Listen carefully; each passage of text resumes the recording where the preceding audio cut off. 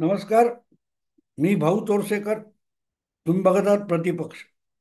मित्रांनो, काल परवा कुठल्या तरी एका मुलाखतीमध्ये महाराष्ट्राचे विद्यमान मुख्यमंत्री देवेंद्र फडणवीस यांनी साफ साफ सांगून टाकलं की आपल्याला बदल्याचं राजकारण करायचं नाही, सूडबुद्धीचं राजकारण करायचं नाही, आपण बदलाचं राजकारण करणार आहोत. ही सगळी शाब्दिक कसरत असते मित्रांनो. बदल आणि बदल्याचं राजकारण. बदला म्हणजे सूडबुद्धी.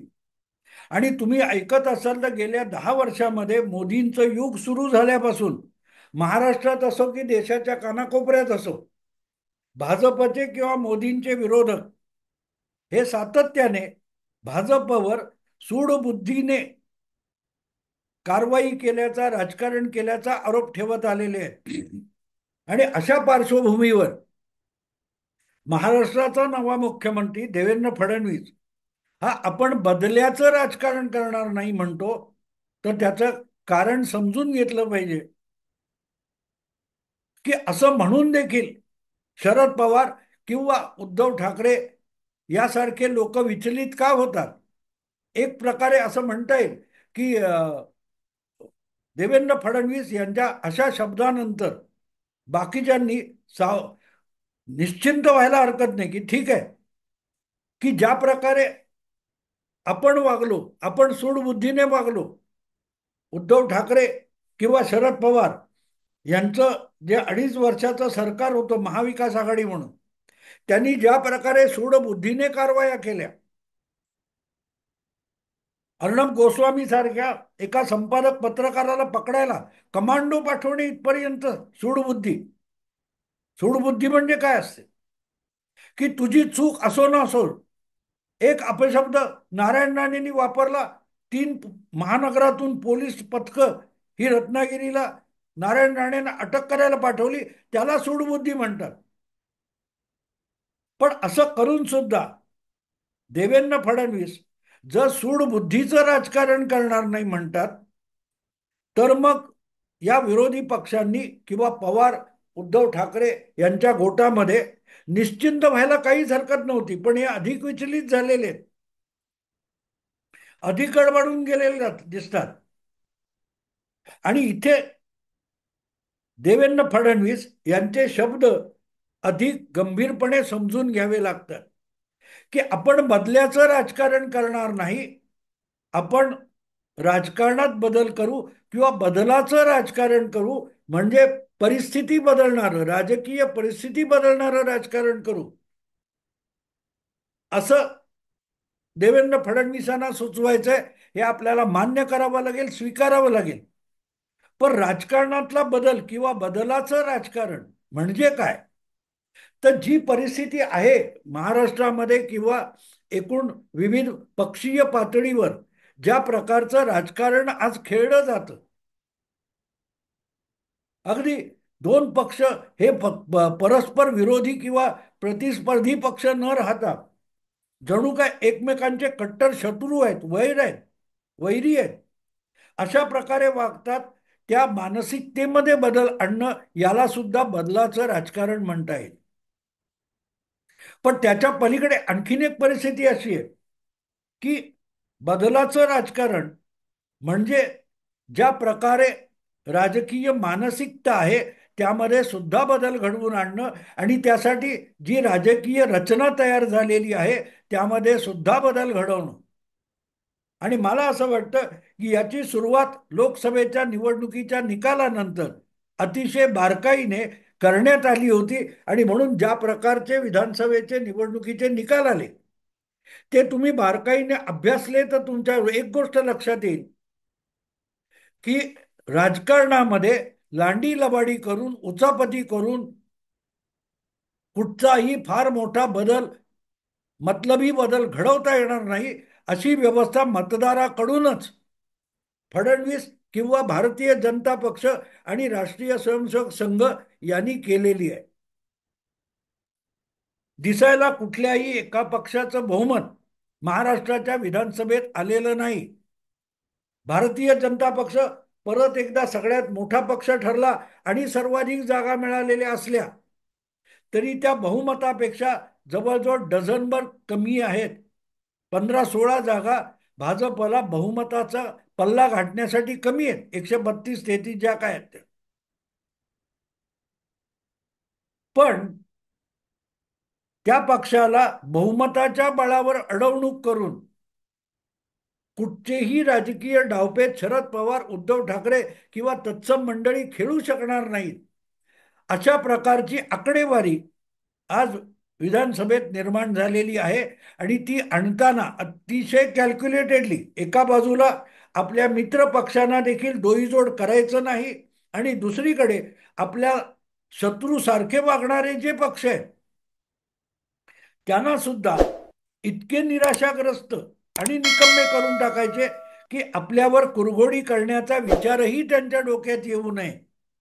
या प्रकारची व्यवस्था देवेंद्र फडणवीस किंवा भारतीय जनता पक्षाने ऑलरेडी या निवडणुकीत घडवून आणलेली आहे. काल परवा अमित शाह यांनी जे काय शिर्डीमध्ये पक्षाच्या पदाधिकाऱ्यांसमोर भाषण केलं ते करताना त्यांनी जे आभारामध्ये शब्द वापरले त्यातली चटचटीत वाटणारी वाक्य वापरली गेली. शरद पवारांना काय म्हटलं, याला काय म्हटलं, त्यांना काय म्हटलं. पण त्या शिर्डीच्या अधिवेशनामध्ये अमित शाह यांनी भारतीय जनता पक्षाचे जे सामान्य कार्यकर्ते आहेत, पदाधिकारी आहेत, स्थानिक पातळीवरचे नेते त्यांचे आभार पक्षाला पुन्हा मोठं यश मिळवून देण्यासाठी मानले नाहीत. पक्षाला तिसऱ्यांदा 100 पेक्षा अधिक आमदार आणि इतिहासात सर्वाधिक आमदार भाजपला मिळवून देणारा हा कार्यकर्ता आहे म्हणून त्याचं अभिनंदन करून अमित शाह थांबले नाहीत. त्यांनी या कार्यकर्त्यांचं अभिनंदन आपल्या पक्षाच्या पलीकडे जाऊन आपण ज्या महायुतीमध्ये आहोत त्या महायुतीच्या स्वपक्षीय नसलेल्या उमेदवारांना देखील यशस्वीरित्या निवडणुकीत निवडून आणण्यासाठी भाजपच्या कार्यकर्त्यांनी जे काम केलं त्यासाठी अमित शहानी विशेष करून पाठ थोपटलेली आहे. याला फार महत्वाचं असतं. पवारांनी काय बोलले, पवारांनी तडीपार म्हटलं, याचा गाजावाजा खूप झाला.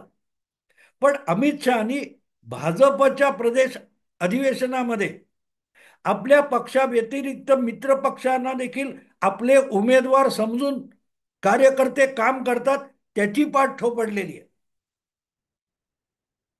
निवडणूक आपलाही पक्ष लढवतोय पण आपल्या पक्षाला बलवान करताना मित्र पक्षांना सुद्धा बलवान केलं तर ज्या प्रकारचा बदल राजकारणामध्ये, संख्याबळामध्ये आणि राजकीय घडामोडीमध्ये घडून येतो तो आपल्या पक्षाला अधिक बलवान करत असतो. हा जो राजकीय बदल आहे हा समजून घेण्यासारखा आहे. विधानसभा निवडणुकीपूर्वी आपलं नाव मुख्यमंत्री पदासाठी आधीपासून जाहीर करावं असा हट्ट उद्धव ठाकरे धरून बसलेले होते. पण शरद पवार असोत किंवा सोनिया गांधी असोत त्यांनी त्यांना दाद दिली नव्हती आणि आधी आधी नाव जाहीर केलं नाही आणि ज्याचे आमदार अधिक त्याचा मुख्यमंत्री ही भूमिका घेतली तर मित्र पक्षच एकमेकांचे उमेदवार पराभूत करायचे डावपेच खेळतात असं स्पष्टपणे उद्धव ठाकरे यांनी सांगितलं होतं. तेव्हा महायुती असो किंवा महाविकास आघाडी असो त्यामध्ये प्रत्येक पक्षाचा कार्यकर्ता आपल्या पक्षाची ताकद वाढवण्यासाठी मित्र पक्षाचं नुकसान करण्याचे डावपेच खेळतो किंवा निवडणुकीचं काम करतो हे जनरली मान्य झालेलं तत्व होतं. ते तत्व या गेल्या विधानसभा निवडणुकीत भारतीय जनता पक्षाच्या नेत्यांनी, कार्यकर्त्यांनी, फडणवीसांनी बदललं. त्याला राजकारणातला बदल म्हणतात, त्याला बदलाचं राजकारण म्हणतात. अमित शहानी शिर्डी अधिवेशनामध्ये कार्यकर्त्यांचे अभिनंदन आणि आभार त्यासाठी मानले की त्यांनी फक्त स्वपक्षाला अधिकाधिक जागा मिळवाव्यात म्हणूनच काम केलं नाही तर आपल्याबरोबरच आपले मित्र पक्ष आहेत त्यांना देखील निवडणुकीमध्ये चांगलं यश मिळालं पाहिजे यासाठी प्रयास केले. आणि मित्रांनो लक्षात घ्या जे प्रयास भाजपने यावेळेला केले होते तेच 5 वर्षापूर्वी केले होते. 2014 मध्ये वेगवेगळे लढलेले जे भाजप आणि शिवसेना पक्ष होते, हे 2019च्या लोकसभा विधानसभा निवडणुकीत परत एकत्र आले होते, महायुती म्हणून लढत होते. पण उद्धव ठाकरे मात्र मित्र म्हणून लढताना भाजपचे आमदार कमी कसे होतील आणि भाजपचे उमेदवार पराभूत कसे होतील यासाठी झटत होते. आणि त्यासाठी त्यांचं आणि शरद पवारांचं आधीपासून साटलोटं झालं होतं, याची कुजबूज होती. त्याचा प्रत्यय निवडणुकीच्या निकालात आला. 122 आमदार असलेला भाजप 105 जागांवर आला आणि शिवसेनेला सोबत घेण्याचा कुठलाही फायदा भाजपला मिळाला नाही. कारण मित्र पक्षच भाजपचे उमेदवार पाडायला टपलेला होता. आणि हा बदल या गेल्या विधानसभा निवडणुकीत दिसला की अजितदादांचे काय असतील 60-70 उमेदवार, एकनाथ शिंदेचे काय 80-90 उमेदवार असतील, ह्यातले बहुसंख्य उमेदवार निवडून आले पाहिजेत. यासाठी सुद्धा भाजपचे कार्यकर्ते आपापल्या मतदारसंघात राबत होते. आणि एका मतदारसंघातल्या एकनाथ शिंदेच्या आमदाराने मला ही माहिती दिली की भाजप सोडा संघाचे कार्यकर्ते सुद्धा त्याच्या मतदारसंघामध्ये त्याला सूचना सुद्धा न देता, त्याला सोबत न घेता त्याच्या विजयासाठी झटत होते, जो एकनाथ शिंदेचा उमेदवार होता. पण त्याच्यासाठी राबत संघाचे कार्यकर्ते. आणि अमित शहानी शिर्डीला जे आभार प्रदर्शन केलं कार्यकर्त्यांचं, त्याला राजकारणातला बदल म्हणतात. आपण जेव्हा कोणाला मित्र पक्ष म्हणतो, जेव्हा युती आघाडीमध्ये आपण कुठल्या तरी मित्र पक्षाला सोबत घेतो, तेव्हा त्याला आपला फायदा मिळाला पाहिजे आणि त्याचा फायदा आपल्याला मिळाला पाहिजे. परस्पर सहकार्याने दोघांचा तिघांचा विजय मिळवू, आपण पल्ला गाठू. यासाठी मैत्री असते. मैत्री कशासाठी असते? एकमेकांच्या टांगा ओढण्यासाठी नसते. आणि नेमकी तीच गोष्ट महाविकास आघाडीत चालू होती. आणि त्याच्या उलटी गोष्ट म्हणजे एकमेकांना अधिकाधिक सहकार्य करायचं, एकमेकाची अडवणूक करायची नाही, या भूमिकेतून जे काय करण्यात आलं ते बदलाचं राजकारण होतं. ते बदलाचं राजकारण होतं. पण त्या बदलाच्या राजकारणाचा पुढचा टप्पा जो आहे तो महत्वाचा आहे. आणि मला असं वाटतं की त्याचे सुगावा शरद पवारांना नक्की लागलेलं आहे. नक्की लागलेलं आहे. महाराष्ट्रामध्ये आमूलाग्र राजकारणात बदल करायचा असेल तर सत्तेची महत्वाकांक्षा बाळगून जनता आणि कार्यकर्ता यांना वाऱ्यावर सोडणारे पक्ष आणि नेते महाराष्ट्राच्या राजकारणातून पूर्णपणे नेस्तनाबूत झाले पाहिजेत. या प्रकारच्या राजकीय बदल घडवून आणणं, याकडे भारतीय जनता पक्ष आणि देवेंद्र फडणवीस यांचा कल असेल तर त्यापासून सर्वात मोठा धोका हा उद्धव ठाकरे आणि शरद पवार यांच्यासारख्या राजकारण्यांना आहे. त्यांना कळतं की असं जर झालं, आपलाच पक्ष नव्हे तर भूमिका, तत्वज्ञान आणि राजकीय पक्षाची धोरणं यासाठी राबवणारा कार्यकर्ता आपला स्वार्थ आणि हव्यास बाजूला ठेवणार असेल तर कोणालाही आमिष दाखवून आपल्याला राजकारण करता येणार नाही. शरद पवारांचं राजकारण असो किंवा उद्धव ठाकरेंचं राजकारण असो, हे लालूच आणि आमिष याच्यावर चालणार आहे. या तुम्ही मतदाराने युती म्हणून निवडला असेल, आमच्याकडे या, आम्ही मुख्यमंत्री करतो, हे आमिष दाखवणं असतं, लालूच दाखवणं असतं. आणि त्यामुळे उद्धव ठाकरे हे त्या आमिषाला बळी पडले आणि त्यांनी आपलाच मतदार पायदळी तुडवला. त्याची सजा आज त्यांना भोगावी लागते. पण हे थांबलं पाहिजे. हे थांबलं पाहिजे. लोकशाही ही लोकांसाठी आणि लोकांच्या इच्छा पूर्ण करण्यासाठी असते. लोकांचा जो भूमिका असते, जी भूमिका लोकांची असते ती मतातून व्यक्त झालेली असते आणि त्या मतांचा आदर करणं हे निवडून आलेल्यांचं कर्तव्य असतं. त्याला शरद पवार आणि उद्धव ठाकरे यांनी 2019 मध्ये पायदळी तुडवलं होतं. त्याचा धडा त्यांना मतदाराने शिकवलेला आहे. दोन्ही पक्षांना इतकं सपाटून मार खाल्लेला आहे विधानसभेत. पण दुसरीकडे तो जो भाग आहे, लोकमताची किंमत यांना मतदाराने दाखवली. आता राज्यकर्त्या पक्षानेही दाखवली पाहिजे. जनतेचं काम झालं पाहिजे. आणि जनतेचं काम करताना आपण या पक्षाचे आहोत की त्या पक्षाचे आहोत नाही, जनहित साधलं गेलं पाहिजे. आणि जनहित साधताना कुठल्याही पक्षाचा स्वार्थ जनतेच्या भल्याच्या आड येऊ द्यायचा नाही. याला बदलाचं राजकारण म्हणतात. नेत्यांचे अहंकार, नेत्यांचे स्वार्थ यासाठी राजकीय पक्षांचे बळी दिले जातात. शरद पवार असोत किंवा उद्धव ठाकरे असोत, या दोघांच्याही पक्षाचा जो काय आज चुथडा झालेला आहे त्याला त्या त्या दोघांच्या स्वार्थ आणि मतलबाने ते नुकसान झालेलं. उद्धव ठाकरे मुख्यमंत्री होण्याच्या हव्यासाला बळी पडले. शरद पवार आपल्या मुलीला प्रस्थापित करण्यासाठी आपल्या पक्षाचा बळी देत सुटले. तिथे राजकारणातला बदल करणं अगत्याचं होतं. पक्ष आणि त्या पक्षाला मानणारा मतदार यांना प्रतिष्ठित केलं पाहिजे आणि त्यांच्या इच्छेचा आदर राखला पाहिजे.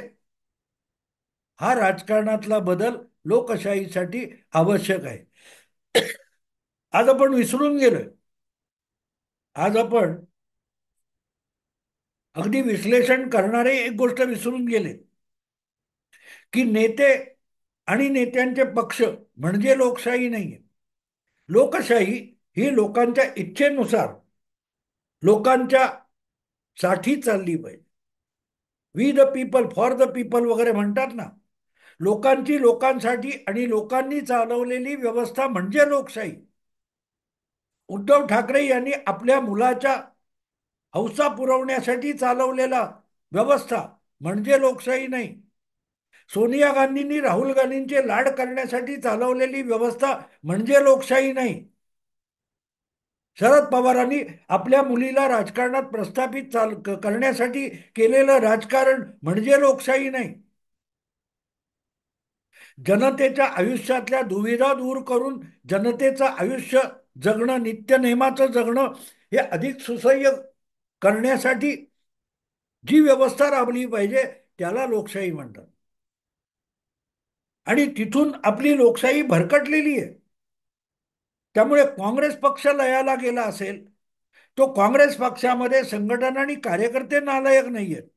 त्यांचा वापर राहुल गांधींची उदात्तता वाढवण्यासाठी आहे, राहुल गांधींना महान करण्यासाठी आहे. जनहितासाठी काँग्रेस उरलेलीच नाही. तिथे काँग्रेसचा सत्यानाश झालाय. जी शिवसेना 80% समाजसेवा म्हणून, समाजकारण म्हणून सुरू झाली, ती 90% नाही 99% राजकारणापर्यंत गेली. तिथे उद्धव ठाकरे यांनी शिवसेनेचा कणा मोडून टाकला. शरद पवार ज्या सवंगड्यांच्या खांद्यावर बसून नेते झाले, त्यांना वाऱ्यावर सोडून आपल्या मुलीला प्रस्थापित करायला राबायला लागले. तिथे लोकशाहीचा कणा मोडतो. त्यामुळे परत एकदा लोकांचा अधिकार असलेली लोकशाही लोकांच्या हाती आणून सोपवणं आणि लोकांनी जो आदेश दिलेला आहे, जनादेश दिलेला आहे, त्याचा उपमर्द करण्याची हिंमत कुठल्याही राजकीय पक्षामध्ये आणि नेत्यामध्ये उरता कामा नये. अशी परिस्थिती निर्माण करणं हे बदलाचं राजकारण आहे. आणि ते बदलाचं राजकारण करताना त्या मानसिकतांचं प्रतीक झालेले उद्धव ठाकरे आणि शरद पवार यांचं राजकारण महाराष्ट्रातून पूर्णपणे नेस्तनाबूत करून टाकणं म्हणजे बदलाचं राजकारण आहे. देवेंद्र फडणवीस जेव्हा बदल्याचं राजकारण नाही म्हणतात, तेव्हा शरद पवार किंवा उद्धव ठाकरे यांच्या विरोधात मी कुठचंही सुडाचं राजकारण व्यक्तिगत सूडबुद्धीने वागणार नाही याची ग्वाही देतात.